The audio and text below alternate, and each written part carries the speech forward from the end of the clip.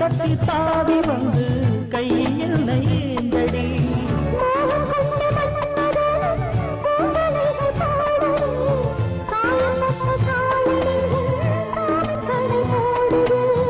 மந்திரங்கள் காதில் சொல்லும் இந்திரனின் ஜாலமோ